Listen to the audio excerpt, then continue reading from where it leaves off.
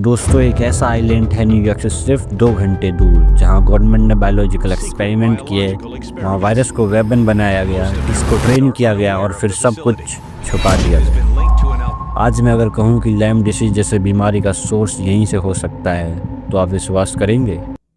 Plum island lab 257 area 51 से भी ज़्यादा डेंजरस, क्योंकि यहाँ रियल वर्ल्ड में ऐसा असर छोड़ चुका है।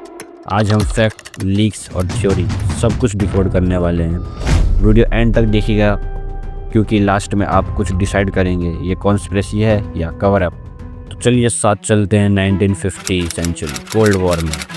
अमेरिका को डर था अगर दुश्मन ने एनिमल पर अटैक्स कर दिया तो पूरा फूड सिस्टम कोलैप्स हो सकता है। इसलिए बनाया गया था plum island animal disease centre official कामों के लिए, बट एनिमल डिसीज स्टडी, लेकिन इनसाइडर डॉक्यूमेंट कुछ और ही कहता है। यहाँ पर ऑपरेशन पेपर क्लिप के थ्रू लाए गए कुछ एक्स नाजी साइंटिस्ट। इनका ये काम था कि वायरस को एयरबोर्न बनाना, एनिमल के लिए मास डिस्ट्रक्शन वेपन तैयार करना।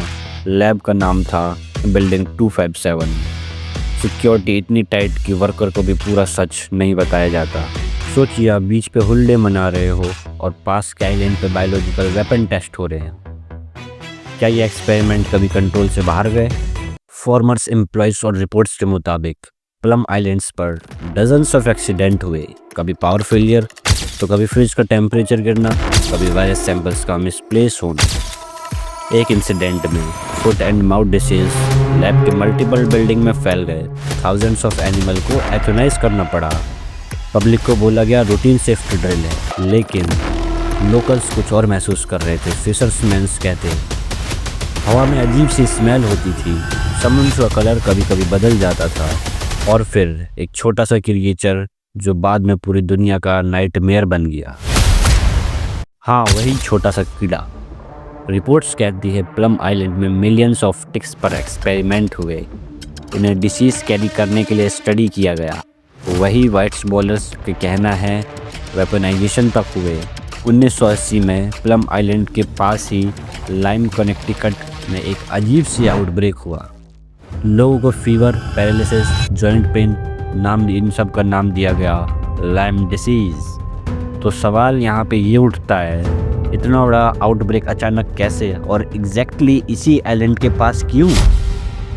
आज भी अमेरिका में लाखों लोग लाइम से सफ़र करते हैं और टिक्स आज भी पार्क, गार्डन, हर जगह। अगर एक छोटा इंसेंट दुनिया बदल सकता है तो हम कितने सेफ हैं? 2008 न्यूयॉर्क के माउंटेन बीच पर एक अजीब सी बॉडी मिलती है।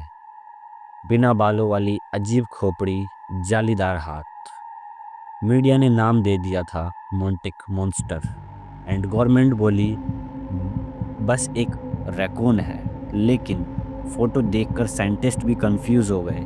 डीएनए पब्लिकली कभी रिलीज किया ही नहीं आज तक। एंड थ्योरी बोलती है प्लम आइलैंड से कुछ एक्सपेरिमेंट एनिमल के पानी के थ्रू बीच तक आ गए।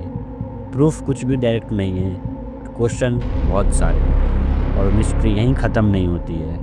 2008 के बाद ये ऑफिशियली बोल दिया गया प्लम आइलैंड लैब बंद हो रहा है। ऑपरेशन शिफ्ट हो रहे हैं मेनलैंड पर, लेकिन आइलैंड में कोई अंडरग्राउंड बंकर आज भी सील्ड हैं। कोई फाइल मिसिंग है, और कुछ एक्स वर्कर्स ने तो पब्लिकली बात ही नहीं की। हिस्ट्री हमें यह सिखाती है एमएक्स अल्ट्रा टुस्केगी एक्सपेरिमेंट, जब भी पावर और स्क्रेसी मिलता है सच्चाई सबसे पहले मर जाती है। प्लम आइलैंड की कहानी सिर्फ एक आइलैंड की नहीं है, ये एक चेतावनी है। Pandemic, lab leaks, bio research, ये सब सिर्फ मूवी नहीं, रियल दुनिया में रियल कंसिक्वेंस के साथ होते हैं। शायद प्लम आइलैंड से कोई मॉन्स्टर नहीं निकला, लेकिन स्क्रेसी खुद एक मॉन्स्टर बन गई। अब आप सभी डिसाइड करो एंड कमेंट में लिखो, क्या लाइम डिसीज का लिंक प्लम आइलैंड से हो सकता है? मोटक मॉन्स्टर एक्सपेरिमेंट है या फिर मिथ है? ऐसी लैब पब्लिक के लिए ओपन होनी चाहिए या फिर नहीं? सो गाइस कमेंट कीजिए अगर आप सभी को किसी और टॉपिक से रिलेटेड वीडियो अगर चाहिए तो। एंड तब तक के लिए आप सभी अपना ध्यान रखिएगा। मैं मिलता हूँ आप सभी किसी नई कहानी के साथ किसी नई वीडियो में। तब तक के लिए tata, Jai Hind, bye bye. And guys subscribe का बटन दबाना मत भूल जाना।